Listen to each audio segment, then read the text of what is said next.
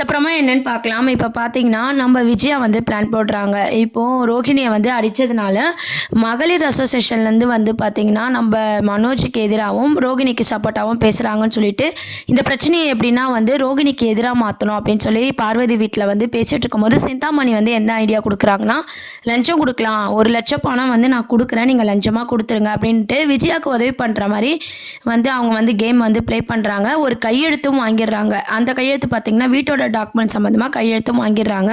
1,00,000 பணத்தையும் குடுத்துடுறாங்க. நம்ம சிந்தாமணி பேசுறதெல்லாம் நம்பி பார்த்தீங்கன்னா, விஜயா வந்து அந்த அசோசியேஷன் தலைவிய வந்து கூப்பிட்டு பேசலாம் அப்படின்னு சொல்லி யோசிக்கிறாங்க.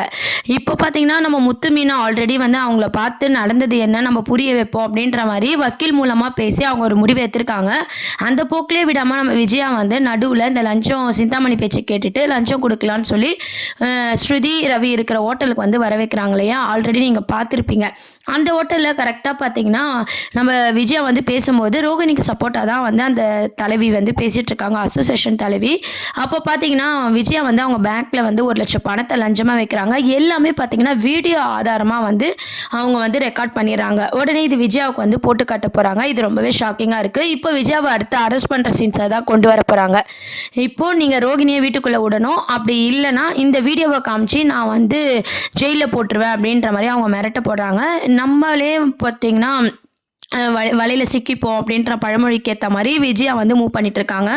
வீட்டுக்கு போனதும் இந்த விஷயம் எல்லாருக்கும் தெரிஞ்சு எல்லாருமே எப்பவும் போல விஜயாவை திட்ட போறாங்க. அப்போ முத்து மீனா ஏமா உனக்கு கொஞ்சம் கூட அறிவே இல்லையா அப்படின்ற மாதிரி முத்து கேட்க போறாங்க. ஆமா நீங்க லஞ்சம் கொடுக்குற விஷயம் அந்த லேடிக்கு எப்படி தெரியும் அப்படின்ற மாதிரி வந்து முத்து வந்து யோசிக்க போறாரு. நம்ம விஜயாவும் பார்த்தீங்கன்னா சிந்தாமணி ஐடியா கொடுத்ததை சொன்னா எல்லாருமே திட்டுவாங்க, அதனால நம்ம மறைச்சிடுவோம் அப்படின்ற மாதிரி சிந்தாமணி எதுவுமே சொல்லாம விஜயா வந்து காப்பாத்திட்டு இருக்காங்க.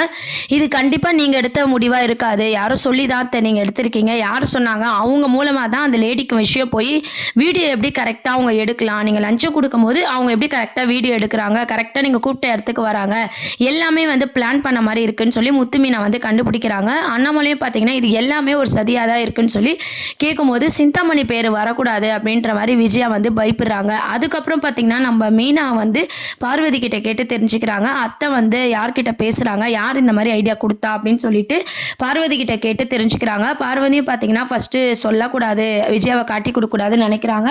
இருந்தாலும் பார்த்தீங்கன்னா மீனா நல்லதுக்கு தானே கேட்குறா, மீனா கிட்ட சொல்லுவோம் அப்படின்னு சொல்லி மீனா கிட்ட எல்லா உண்மையும் சொல்கிறாங்க.